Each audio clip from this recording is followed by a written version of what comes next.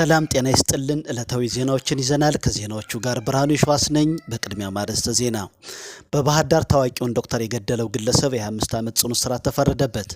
በወርቅ የተሰራ የመጸዳጃ ቤት መቀመጫ በ12 ሚሊዮን ዶላር ተሸጠ። የአፋሩ ፍንዳታ የበርካታ ሀገራትን በረራ አስተጓጎለ።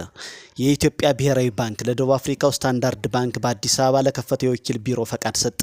በማርበርግ ቫይረስ ምክንያት የአሪ ዞን ለአንድ ሳምንት ትራንስፖርት ዝግ ሆነ። በመጨረሻም አስገራሚውን የአውሮፕላን አደጋ ታሪክ ይዘናል። አብራችሁን ቆዩ።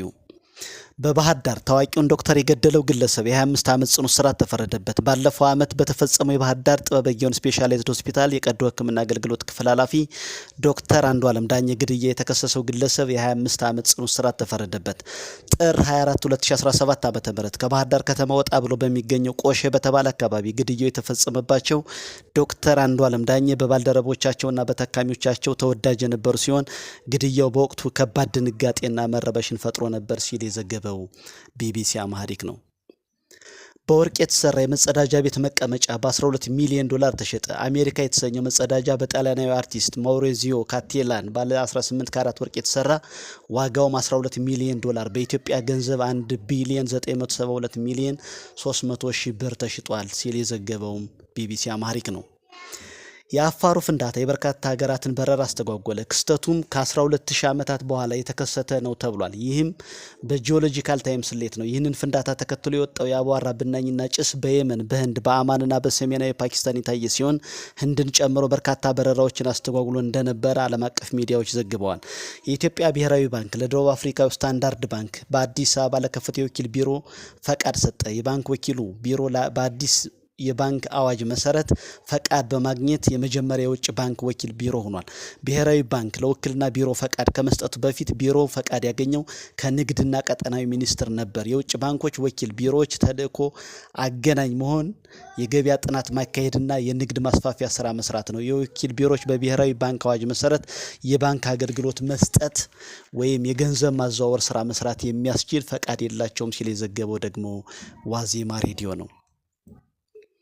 በማርበርግ ቫይረስ ምክንያት የአሪ ዞን ለአንድ ሳምንት ትራንስፖርት ዝግ ሆነ። በጂንካ ተከስቶ ለሰዎች ሞት ምክንያት እየሆነ ያለውን የማርበርግ ቫይረስ ስርጭትን ለመቆጣጠር ያስችል ዘንድ ወደ በሽታው መነሻ የአሪ ዞን የሚገባም ሆነ የሚወጣ የትራንስፖርት እንቅስቃሴ ለአንድ ሳምንት ዝግ እንዲሆን በአሪ ዞን ዋና አስተዳዳሪ የሚመራ ግብረ ኃይል መወሰኑን የዞኑ የመንግስት ኮሚኒኬሽን ኃላፊ አቶ ደመላሽ አቦነህ ለቲክቫ ኢትዮጵያ ገልጸዋል።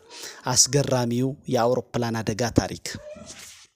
ዓለም ላይ ብቸኛው አውሮፕላን በሰላም አርፎ ምንም በህይወት የተረፈ ሰው ያልተገኘበት በረራ ኦን ዘ ናይት ኦፍ ኦገስት 1980 ሳውዲ ፍላይት 163 ከሪያድ ወደ ጅዳ ለመብረር የተነሳ ነበር። በውስጡም 287 መንገደኞችንና 14 የበረራ ሰራተኞችን አሳፍሮ ነበር። ከመሬት ከተነሳ ከደቂቃዎች በኋላ ከታችኛው የካርጎ ክፍል ውስጥ የእሳት አደጋ ምልክት መታየት ጀመረ። ቀስ በቀስ ግን የተነሳው ጭስ ወደ ተጓዦች ወዳሉበት ክፍል መስፋፋት ጀመረ።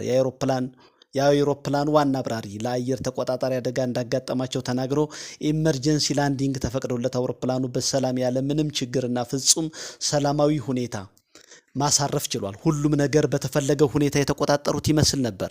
ከደቂቃዎች በኋላ ግን ቢጠበቅም አንድም ሰው በሩን ከፍቶ ሊወጣ አልቻለም። በዚህ ግራ የተጋቡት የእሳት አደጋ ሰራተኞች በሩን ከውጭ ሲከፍቱት ኃይለኛ ጭስ በበሩ ይወጣ ነበር። 301 ሰዎች በተፈጠረ ጭስ የታፈነ ህይወታቸው አልፎ ተገኘ። ኖት ቢኮዝ ኦፍ ክራሽ but because they were trapped inside a plane already safely on the ground። ይህም በአየር በረራ ታሪክ ከፊት የሚቀመጥ መጥፎ ታሪክ ሆኖ ተመዝግቧል። ይህም ብቻ አይደለም፣ ኤሴፊ ላንዲንግ ሚንስ ምንም ማለት እንዳልሆነ ዋናው በህይወት መውጣት ነው ወደሚል ህግ እንዲያመራ አድርጓል። ፍላይት 163 the only aircraft in history to land without damage and still leave no survive። ከኢትዮ ፓን አፍሪካ ገጽ አገኘ ነው። አዘጋጅ ያቀረብኩላችሁ ብርሃኑ ይሽዋስ ነበርኩ። ሰላም ቀን ይሁንላችሁ።